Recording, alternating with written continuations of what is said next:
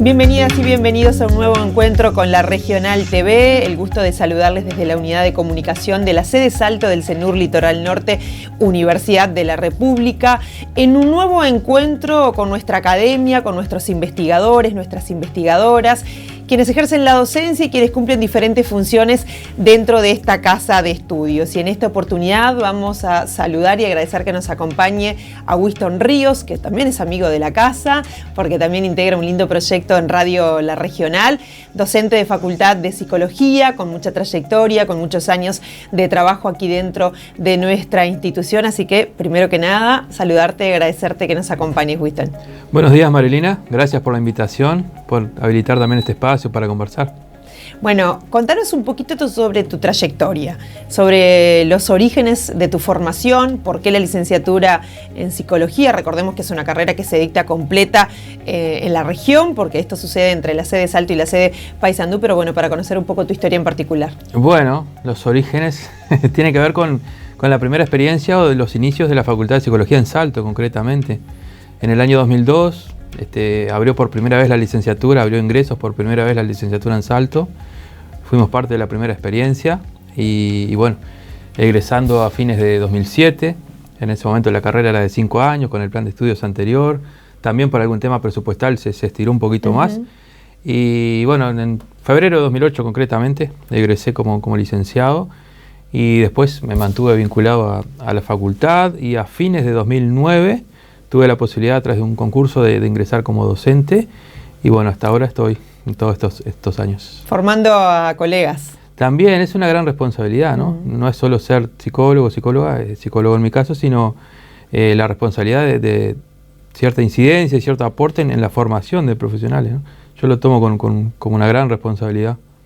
En una carrera que ha tenido un crecimiento importante en cuanto a la matrícula en los últimos años, y no sé si decir que se ha puesto como de moda, pero bueno, como hoy ponemos otros temas y otras cuestiones sobre la mesa muy vinculados a la salud mental, a las emociones, a la importancia y a la prioridad que hay que darle a la salud integral del ser humano, de cada persona, pero que también esto se ha vuelto como exponencialmente más demandante, ¿no?, para la Universidad de la República y para ustedes a la hora de formar.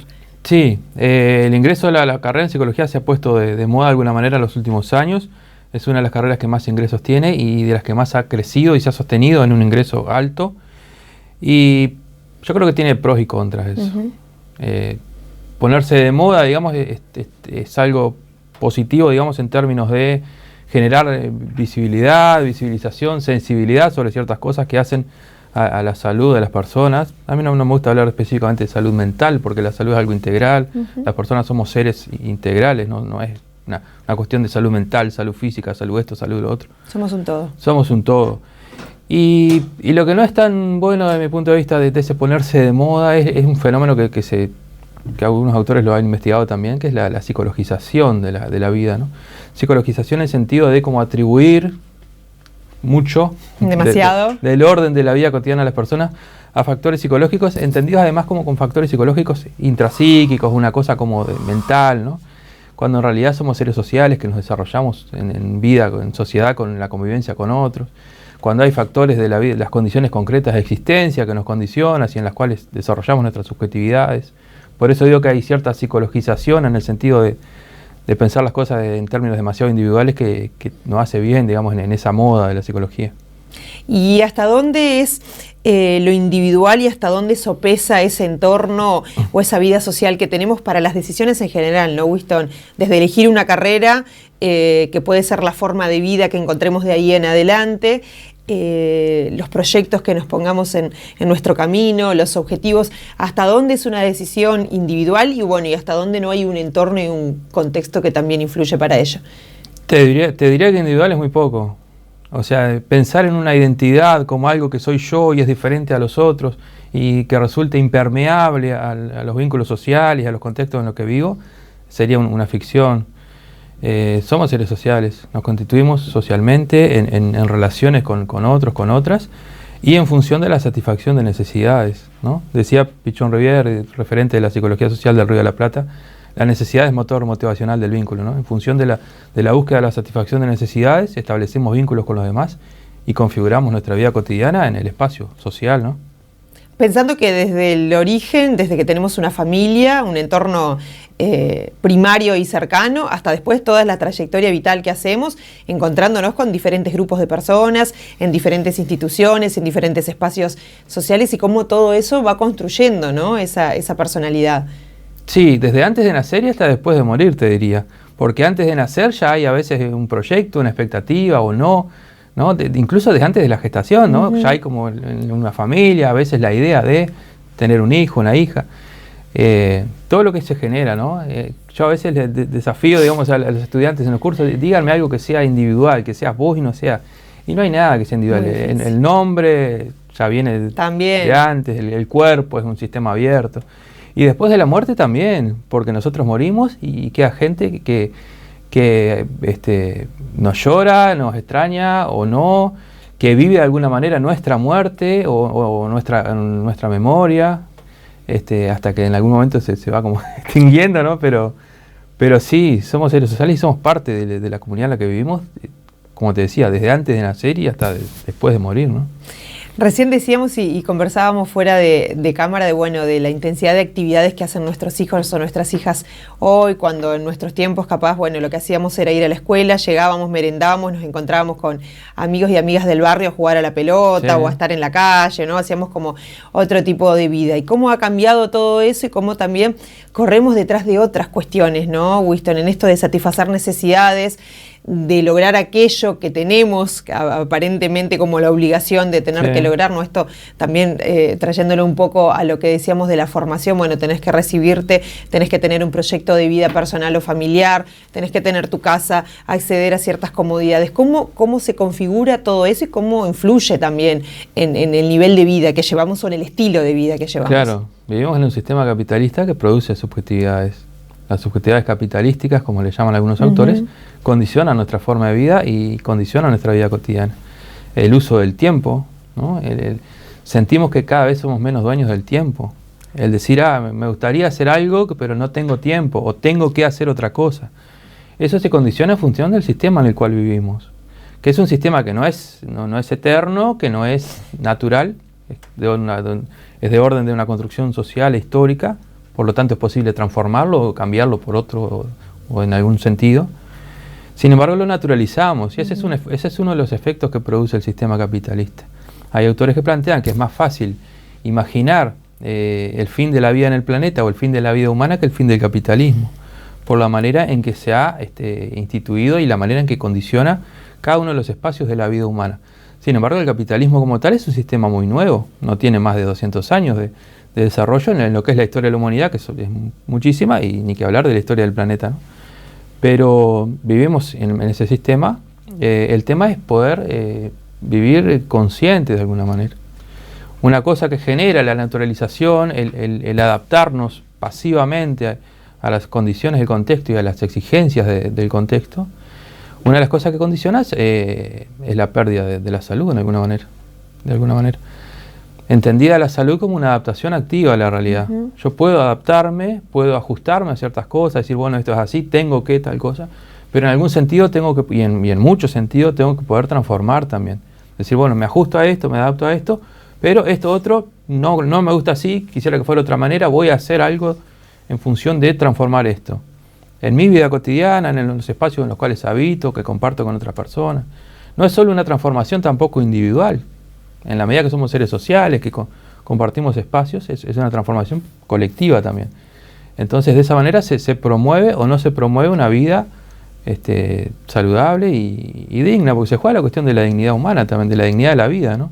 Una vida donde yo pueda investir proyectos, pueda canalizar mi energía, esta cuestión del deseo que yo estoy trabajando últimamente, que me gusta también, y que no esté siendo arrastrado, digamos, por una corriente, ¿no? De la productividad, el consumo, las obligaciones, pagar las cuentas, ¿no? Todo eso. ¿Y es posible encontrar el equilibrio? Los equilibrios nunca son fáciles de encontrar y el único equilibrio absoluto es la muerte, ¿no? La vida siempre son equilibrios dinámicos, equilibrios que pueden llegar a ser precarios en algún sentido. Pero yo creo que sí, hay que conectarse primero hay que generar conciencia sobre cómo estamos viviendo, ¿no? Si realmente cada una de las personas, cada uno de nosotros fuera consciente de cómo vive el día a día, o cómo vive un día, qué hace a lo largo de las 24 horas y cuántas cosas las hace por ganas, por deseo, por disfrute, por estar conectado con eso de la vida, y cuánto lo hace porque tengo que hacerlo, o si no lo hago tal cosa, o bueno, no me queda otra. Si hacemos esa cuenta, creo que empezaríamos a cambiar cosas. De hecho, una cosa que hacemos desde esta propuesta de trabajo de la psicología social, lo primero es eso, generar conciencia, generar visibilidad, estar despiertos en nuestra vida cotidiana. Después podemos identificar qué cosas nos hacen bien, nos gustan, queremos seguir haciéndolas, seguir caminando por ahí, y qué cosas nos gustaría cambiar. Y después está todo el trabajo de cómo hacemos para cambiar eso que no nos gusta como está, ¿no? En esos tiempos que corren, donde es bastante difícil como hacer o buscar el tiempo y encontrarlo para hacer todo ese razonamiento, tendremos que terminar una jornada y decir, bueno, ¿qué hice hoy por sentirme bien? ¿Qué disfruté de lo que pasó hoy? ¿Qué tuve que hacer bajo las responsabilidades que como personas tenemos? Es como una lectura y un balance que lo podemos hacer a diario, que no es sencillo, ¿no? En esta fluctuación que vos decías de los equilibrios que son tan difíciles de encontrar muchas veces en la vida, pero que no es imposible. No, y no solo que no es imposible, sino que es necesario e imprescindible, te diría. Saludable. Sí, porque si vivimos sin pensar en el día a día en lo que estamos haciendo en cada momento, sin ser conscientes, no estamos siendo libres tampoco. La libertad puede ser una utopía, pero no estamos siendo libres, porque nos está condicionando otra cosa y algo nos está arrastrando. En el ámbito de la vida privada, en el ámbito de la vida profesional, la vida laboral. El otro día me encontraba con alguien que conozco hace años y que está en un cargo de responsabilidad institucional importante en un lugar. Nos cruzamos por ahí en un evento, ¿y cómo va? Le digo, dice, bien, dice, acá lo lindo que no tengo tiempo para pensar, es todo hacer y hacer. Y yo lo paré un poquito ahí, viste, en eso. Y le digo, no, vos tenés que pensar lo que haces, en serio tenés que pensar, porque estás en una función de responsabilidad. Lo que vos hagas o no hagas, las decisiones afectan también cuestiones institucionales y afectan de alguna manera la vida de las personas. No puedes estar pensando, no puedes estar enfocado en lo urgente y por lo urgente no atender lo importante, ¿no? Que esa diferencia, ¿no? entre estar promoviendo estilos de vida más o menos saludables o estar apagando incendios, ¿no? Cuando se quema todo, cuando revienta todo, ahí cómo intervenir, que es lo que muchas veces se hace, o en la mayoría de los espacios de las prácticas profesionales se hace también. A mí no me gusta andar apagando incendios, me parece que lo más saludable y lo más viable también y lo más positivo es poder promover estilos de vida saludables. Ahí se evitan un montón de cosas, se evitan cosas que después ya es más difícil o ya se ha generado más daño cuando se interviene. Por esto de que hablamos que muchas veces vivimos con un piloto automático, ¿no? O como en piloto automático, y que solemos darnos cuenta de algunas cuestiones cuando ya se consumaron hechos que vienen como a detonar muchos otros síntomas que se venían dando. Claro, los malestares de la vida contemporánea, ¿no? Trastornos de todo tipo, trastornos de ansiedad que son muy comunes, depresión, todo el tema de los consumos, todos los consumos problemáticos, y lo que deriva también, ¿no? Hay un gran tema con los intentos de autoeliminación. ¿De dónde sale todo eso? Eso no sale de la nada, no es una cuestión intrapsíquica, no es una cuestión de la persona en su mente. Algo genético, ¿no? Que muchas veces se ha hablado. Es algo del orden de la vida cotidiana. Cómo las personas estamos viviendo para que caigamos de alguna manera o seamos arrastrados a prácticas que son destructivas para nosotros, ¿no? Y podemos dar algunos pequeños elementos o algunos pequeños insumos para que día a día pensemos estas cuestiones con la tranquilidad y con la serenidad que también merecen, ¿no? Porque en esta vorágine y en esto de vivir en piloto automático, ¿cuáles son algunas pequeñas cuestiones que podemos tener en cuenta para tratar de convivir con ese equilibrio? Mirá, yo no soy muy de los tips o las recetas.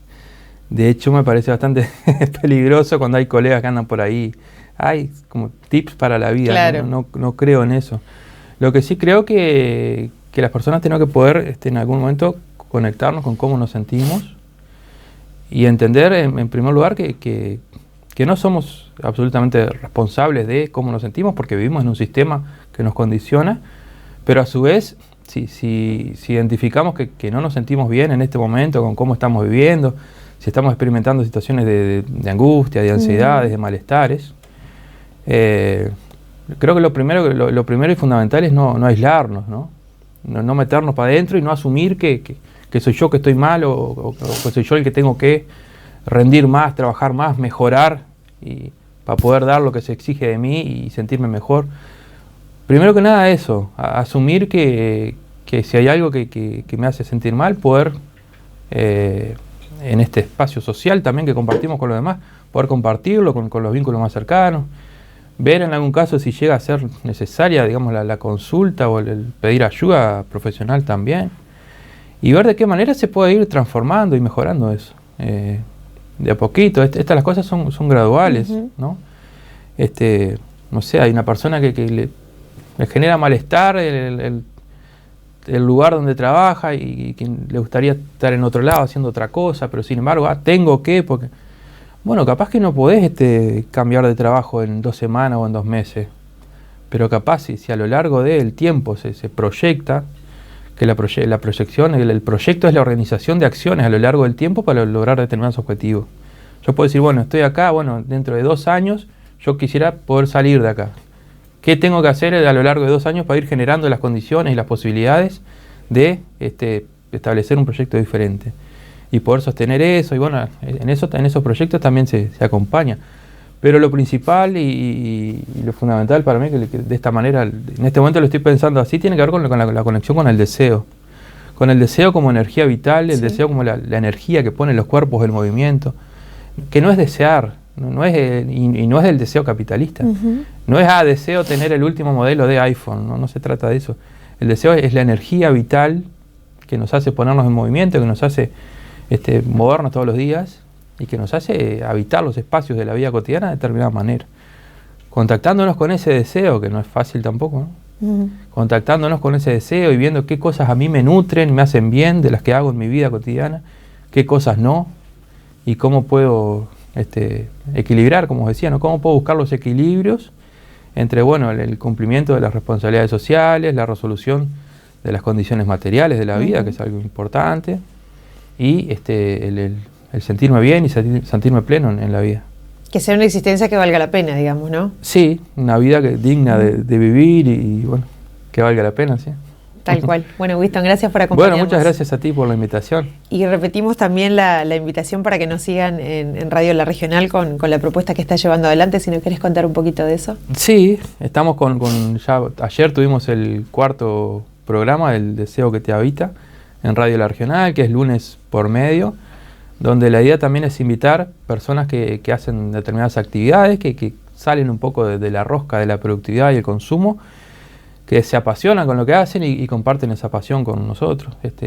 La idea va por ahí, es sencilla, es conversar y compartir experiencias que están buenas y de personas que tratan también de buscar encontrar esos equilibrios y vivir esa vida en función del deseo.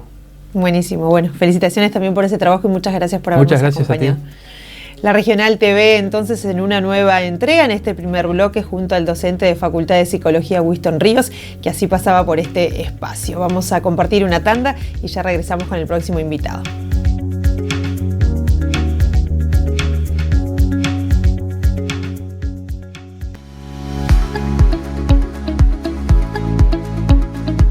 La universidad a tu alcance. Te invitamos a conocer las carreras que se dictan en la sede Salto Udelar del CENUR Litoral Norte. Área de Tecnologías y Ciencias de la Naturaleza y el Hábitat. Licenciatura en Diseño Integrado. Licenciatura en Biología Humana. Licenciatura en Biotecnología. Licenciatura en Recursos Hídricos y Riego. Ingeniería en Alimentos. Licenciatura en Química e Ingeniería Química. Médico veterinario. Analista en Computación y Licenciatura en Computación. Ingeniero agrónomo. Área Social y Artística. Tecnicatura en Dirección de Coros. Tecnicatura en interpretación de guitarra, piano y canto. Tecnólogo en interpretación y traducción de lengua de señas. Licenciatura en turismo. Licenciatura en trabajo social. Licenciatura en ciencias sociales. Abogacía. Notariado. Área Ciencias de la Salud. Licenciatura en enfermería. Doctor en medicina. Licenciatura en psicología. La Universidad de la República en Salto tiene un lugar para vos. Más información en nuestro sitio web y redes sociales.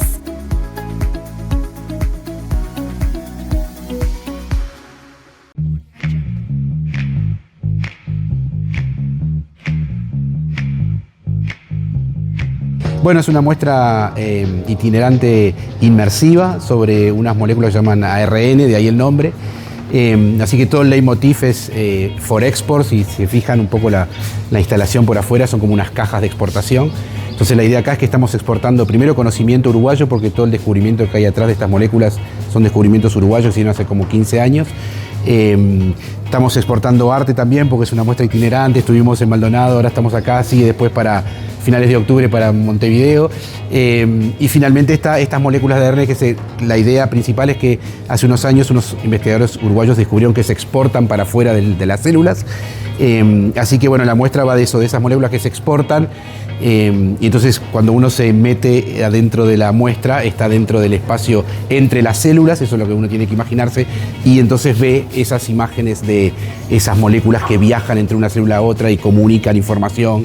Y bueno, de eso va, digamos, esta muestra inmersiva que va a estar todo el mes de septiembre hasta mediados de octubre, abierto para todo público y funcionando de las 8 de la mañana hasta que esté cerrado, digamos, el CENUR. Esto surge como una iniciativa de un proyecto ANI, que tenía una parte de proyecto científico, Fondo Clemente Estable, que tiene una parte de divulgación, y bueno, con una artista plástica y visual de Montevideo que se llama Mariana Barraco, que fue estudiante de bioquímica, entonces tenía como una pasión por la ciencia también. Me comuniqué con ella y dije, si armamos alguna cosa en torno a estas moléculas, que eran parte del proyecto científico de la ANI. Y bueno, ahí fuimos madurando la idea, incorporamos a Nito y a Martina, que también son artistas visuales. Y bueno, nos presentamos al MEC, al Fondo Regional de Cultura, lo ganamos a final del año pasado y eso permitió materializar esta obra itinerante.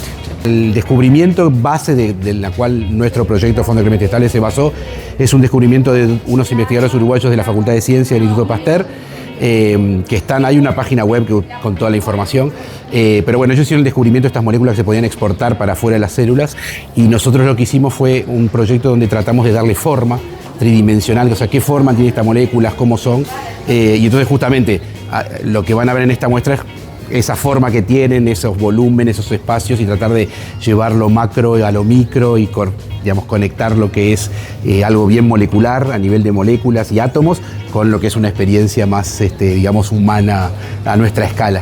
Todo esto viene, o sea, recibió fondos de la ANI, después recibió fondos del Ministerio de Educación y Cultura a través de este fondo concursable, y bueno, y después el laboratorio y también el atelier de Mari Barraco también pusieron unos fondos, y bueno, con eso fue juntando de todos lados un poquito para montar esto. O sea, viendo que sí es difícil conseguir plata para hacer ciencia, para hacer arte también, ambas cosas todavía es más raro, entonces hay que como que buscarse los nichos para conseguir un poco de fondos y poder armar este tipo de cosas que son como más novedosas. ¿Decías abierto a todo público? Todo público, no, sí, pueden ser también escolares, todo el contexto, como te digo, ahora vamos a poner unos códigos QR, hay una página web con toda la explicación, pero muy, muy divulgativo, muy a nivel que una maestra con estudiantes de escuela podrían abordar el tema. Además, estas moléculas de ARN son muy conocidas porque con la pandemia vieron que parte de las vacunas eran de ARN, entonces la idea también es acercar un poco a la gente qué son estas moléculas, qué forma tienen, qué función tienen. Así que sí, hay todo un material disponible que desarrollamos con el equipo, que está en la web, que explica justamente todo de forma muy divulgativa, así que realmente todo público. Puede venir desde gurises chiquitos hasta las abuelas de esos gurises.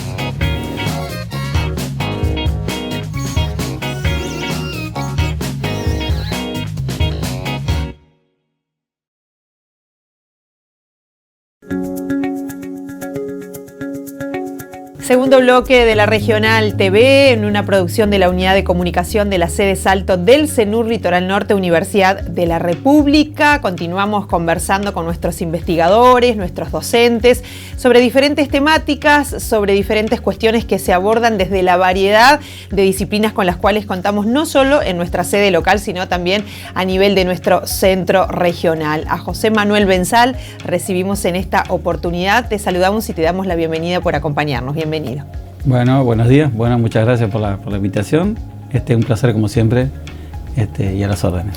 Bueno, José Manuel, por allá cada tanto estos destaques, estos reconocimientos, estos premios que también obtienen nuestras investigadoras y nuestros investigadores, pero en un trabajo que lleva muchos años. Contanos un poquito sobre tu llegada aquí a la sede y también presentarnos un poco el área en el cual estás inserto. Bueno, bien. A la sede Salto llegué a finales del año 2008, después de defender el doctorado en España, en Zaragoza. Pero la línea de investigación que llevo a cabo, que es básicamente vectores a través de la principal línea, que son garrapatas y las enfermedades transmitidas, viene desde los fines de los 90, los años 90. Y la hemos mantenido debido a que es la garrapata en sí y las enfermedades que transmiten es altamente relevante en nuestro país y en el mundo.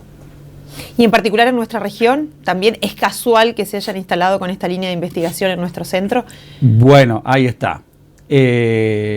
Buena pregunta porque la verdad que siempre coinciden muchas veces, pero también uno a veces también va estructurando las líneas de investigación según el lugar donde está y a veces se coincide, ¿no? Cuando se hizo a través de la Comisión Coordinadora Interior los polos de desarrollo universitario, que vinieron varios grupos, surgió la idea de crear un laboratorio de vectores y enfermedades transmitidas muy asociado a lo que viene a ser la parte de salud animal, porque nosotros, básicamente, mi formación soy veterinario. Pero también relacionado con enfermedades transmitidas al humano también. Entonces, se crea el laboratorio en un lugar clave, porque estamos en el norte del país, pero no solo en el norte del país, sino con frontera con Argentina y a relativamente pocos kilómetros de la frontera con Brasil. Estamos básicamente al lado de una triple frontera. ¿Y cuál era el centro universitario más importante en la región cercano a la triple frontera? En este caso era dentro del CENUR la sede Salto, si bien hay casa en Artigas, ¿no? Exacto. ¿Y cuál es la situación que se ha venido desarrollando a lo largo de todos estos años? Llega este laboratorio a instalarse con sus capacidades, con sus recursos, en una zona con estas particularidades, como decías, José Manuel, y con una trayectoria importante también, pero bueno, con unas características territoriales muy particulares, ¿no? ¿Con qué te encontraste cuando comenzaron a desplegar el trabajo en esta zona y cómo ha evolucionado la presencia, la situación, el impacto que también ha tenido en la salud animal y bueno, y este epicentro también con la salud humana de lo que ha sido la trayectoria de la garrapata y de las enfermedades que transmite? Porque por ahí el común denominador de la gente, bueno, piensa en la garrapata en el perro, bueno, en algo como más inocuo, ¿no? Pero también tenemos grandes animales donde hay enfermedades y donde el daño y lo que ha sucedido a lo largo de los últimos años con la garrapata es como de otra relevancia, ¿verdad? Bien, claro, ahí está. Nosotros cuando vinimos, cuando llegamos, las principales líneas que desarrollamos fue principalmente, empezamos a trabajar con pequeños animales, carnívoros. No se sabía bastante poco en Uruguay en general.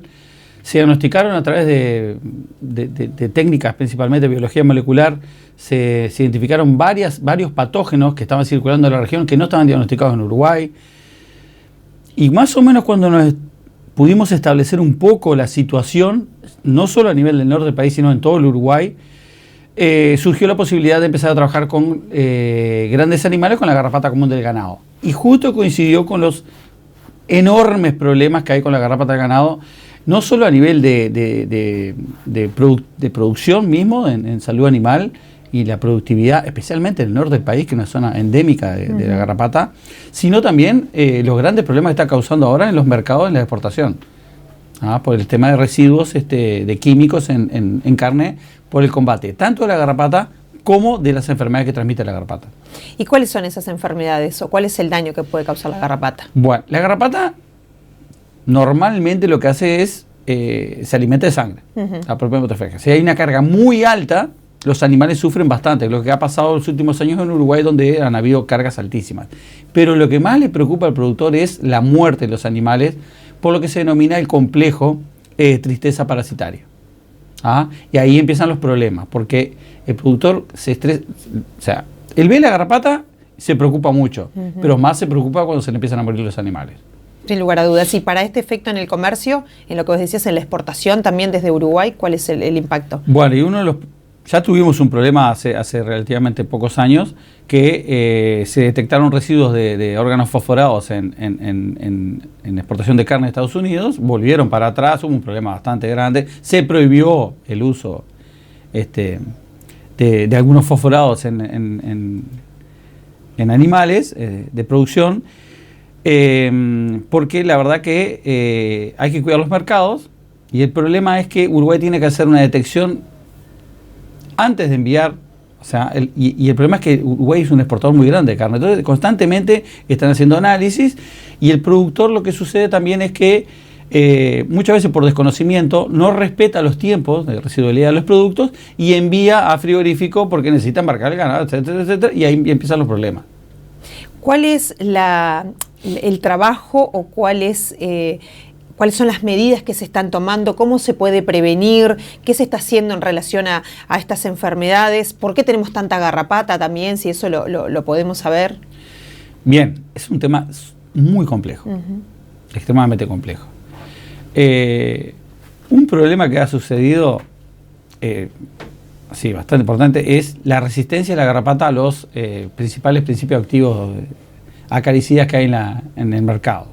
Entonces ahora, antes se podía combatir la garrapata más fácilmente y ahora son pocos los productos que andan en determinados predios, entonces los productores tienen que pagar mucho más con otros productos más caros para poder realizar el control.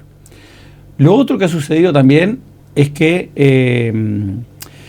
esa misma garrapata, que es muy resistente, se ha ido colonizando otros predios. Entonces, predios que no tenían problema de garrapata o garrapatas susceptibles que se podían controlar fácilmente, en este momento son casi incontrolables. Y en sitios donde no se conocía la garrapata hay gente que está realmente desesperada. Otro problema que a veces no se ve es que hay mucha forestación ahora en Uruguay. Y una cosa es controlar la garrapata en un campo sin forestación, y ahora el gran problema es la forestación. Porque el problema del manejo del ganado en forestación es muy problemático.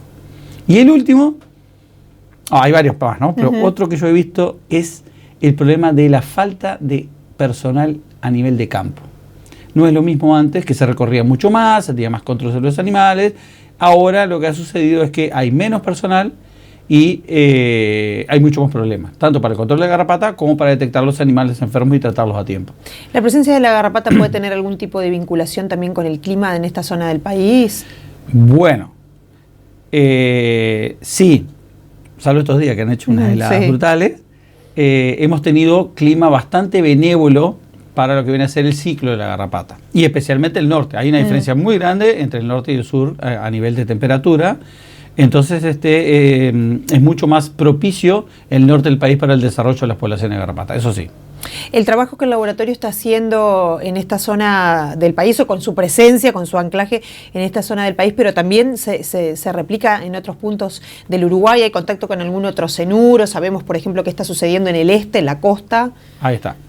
Bueno, nosotros, la línea grande ahora es una línea que es en conjunto con INIA. Ahora tenemos un proyecto bastante grande que abarca principalmente el norte del país, pero también tenemos poblaciones del sureste principalmente del país que estamos estudiando. Este proyecto es con INIA Tacuarembó principalmente, y lo que estamos haciendo es estudiar las enfermedades transmitidas transfronteriza, especialmente estamos trabajando en la línea, elegimos una zona bastante compleja, que es una zona seca, la frontera seca con Brasil. Ahí hicimos unos muestreos de bovinos y estamos estudiando cuáles son los agentes que pueden provocar enfermedad en esa zona, con resultados sorprendentes. Todavía no los podemos publicar, pero porque están en etapa de estudio, pero hay enfermedades circulando, patógenos, perdón, circulando. Y el otro objetivo de este proyecto grande es hacer un estudio de caracterización genética de las diferentes poblaciones del Uruguay, de los que vienen a ser al norte, al centro y al sur del Uruguay, con resultados también bastante dispares en cuanto a lo que es resistencia. Lo voy a decir así rápidamente.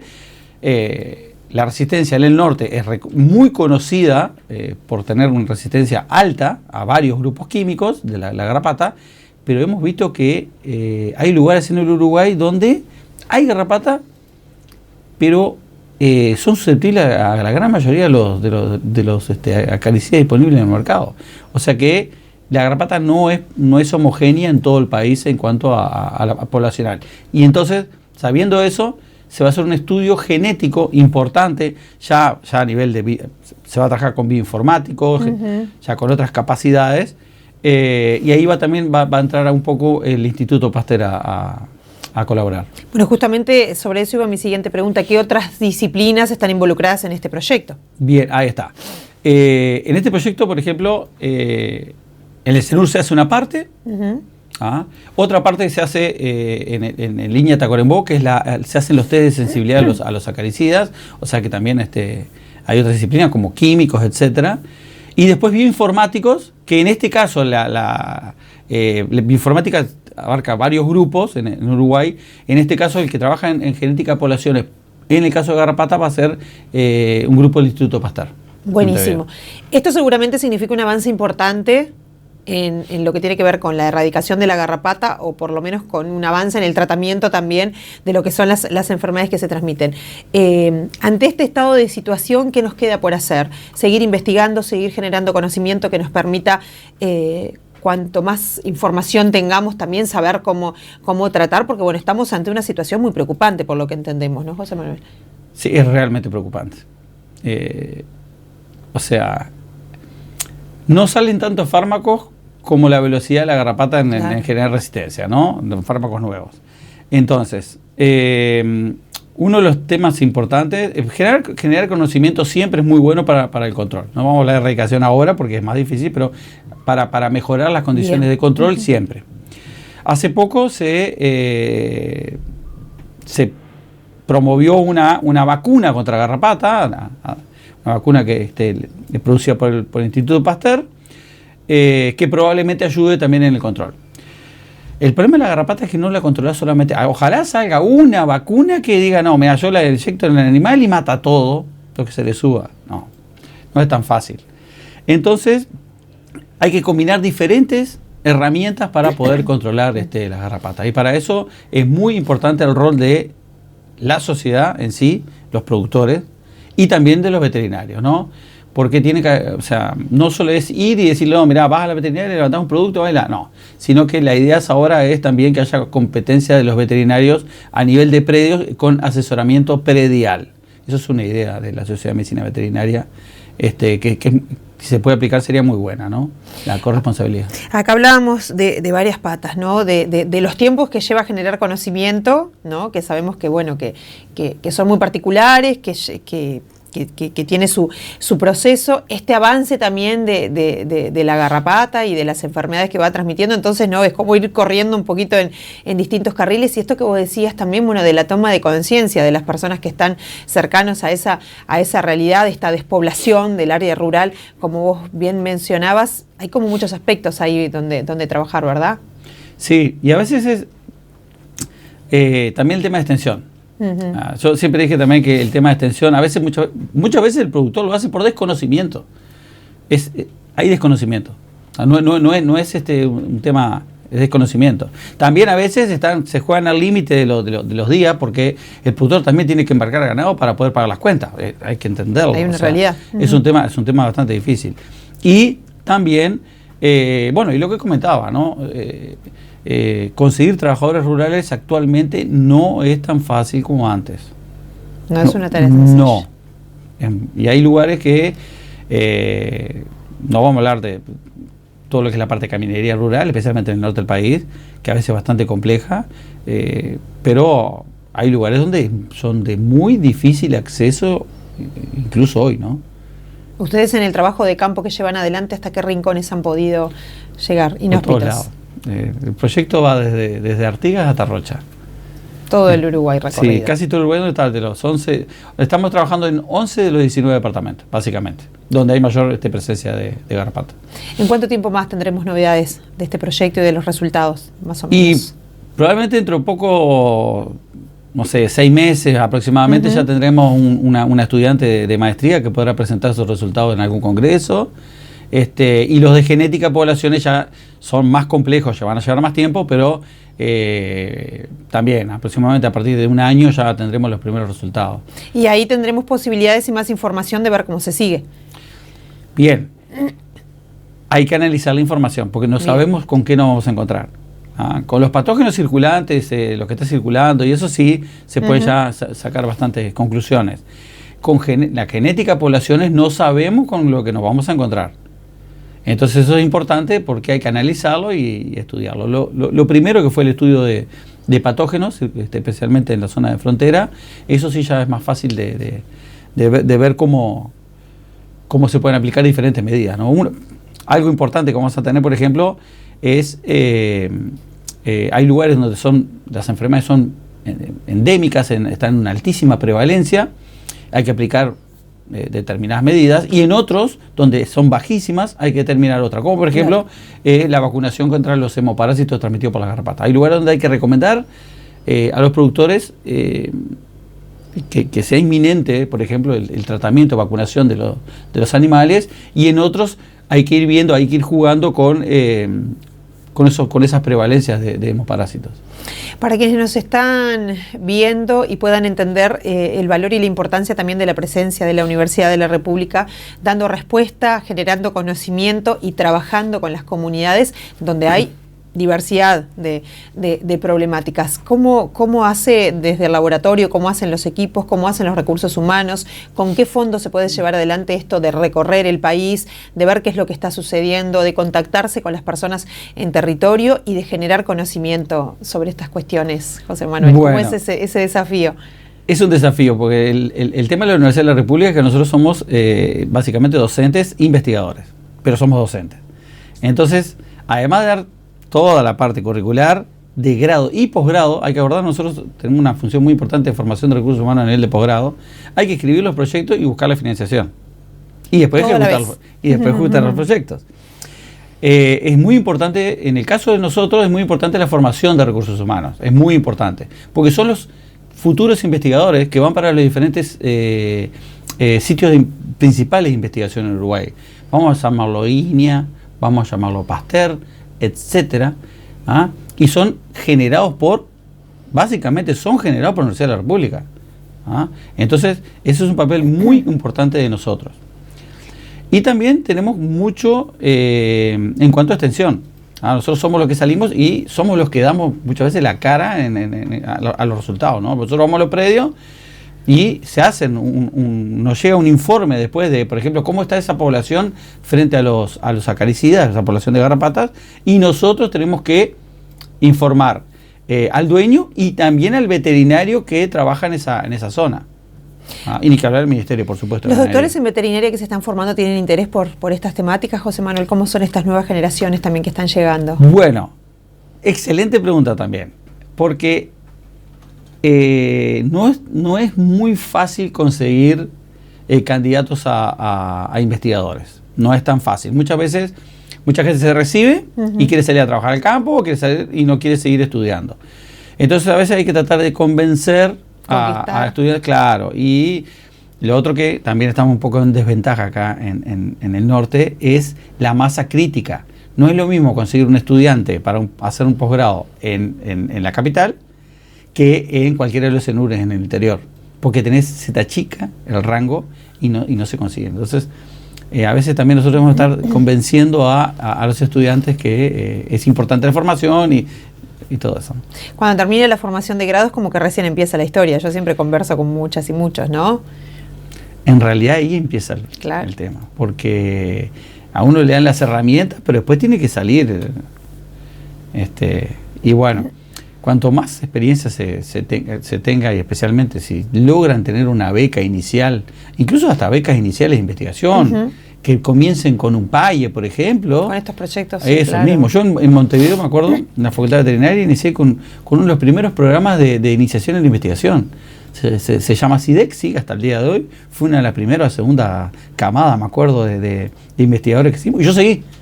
Yo fui uno de los que continué. Y me acuerdo que de esa tanda, varios siguen trabajando en Facultad Veterinaria. Pues yo originalmente soy de Facultad Veterinaria. José Manuel, gracias por estos minutos para la Regional TV. Estaremos atentos a las novedades, a cómo evoluciona este proyecto, qué novedades nos trae y también cómo va evolucionando la realidad y la presencia de la garrapata y de las diferentes enfermedades que transmite, no solo en esta zona del país donde se encuentra inserto nuestro CENUR, sino también a nivel de todo el territorio nacional. Muchas gracias. Muchas gracias y como siempre a las órdenes. José Manuel Benzal así nos acompañaba en esta nueva entrega de la Regional TV. Recuerden, nuestro programa es posible gracias a una producción de la Unidad de Comunicación de la sede Salto del CENUR Litoral Norte de la Universidad de la República. Nos pueden seguir a través de nuestro canal en YouTube y también a través de la transmisión de los canales locales que se hacen eco de este material. Hasta un próximo encuentro y gracias por acompañarnos en la Regional TV.